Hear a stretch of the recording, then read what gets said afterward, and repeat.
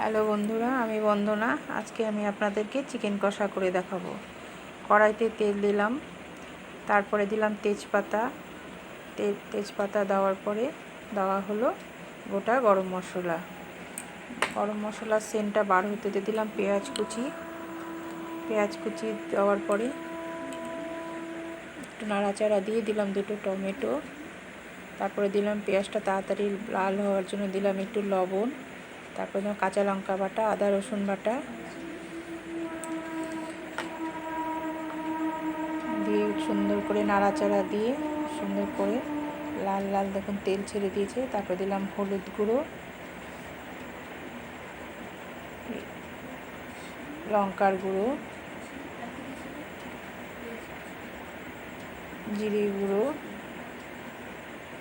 ধনে গুঁড়ো। তারপরে ভালো করে নাড়াচাড়া দিলাম।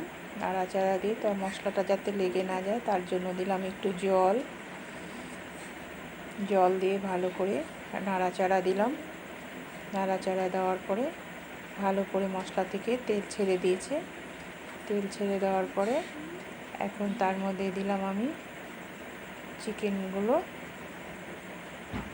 চিকেনের সঙ্গে দিলাম দুটো গোটা রসুন দুটো খেয়ে দেখবেন, চিকেনের সঙ্গে খুব টেস্ট হয়।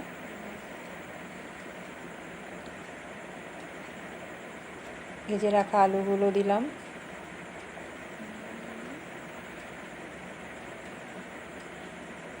ভালো করে নাড়াচাড়া দিয়ে সুন্দর করে লবণ দিলাম। লবণ দিয়ে এখন নাড়াচাড়া দিয়ে লো স্টিমে রেখে মাংসটাকে ভালো করে কষিয়ে নিজস্ব জল উঠেছে দেখুন, এই জলে মাংস সেদ্ধ হয়ে যাবে। দেখুন কত জল বেরিয়েছে এবং জলের সঙ্গে সঙ্গে গোটা টমেটোগুলো গলে গিয়েছে। দেখুন মাংস প্রায় 90% সেদ্ধ হয়ে গেছে।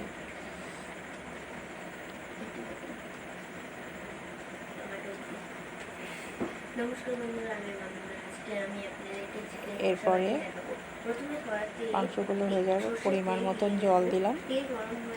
জল দিয়ে তারপরে একটু নাড়াচাড়া দিয়ে একটু ভালো করে একটু জলটা ফুটে এসেছে দেখুন। এরপরে দিব গরম মশলা দিয়ে আমি নামিয়ে নিল। একটু নাড়াচাড়া দিয়ে মাংস কষা নামিয়ে নিলাম। মাংস কষা কমপ্লিট। বন্ধুরা খেয়ে দেখবেন ভালো।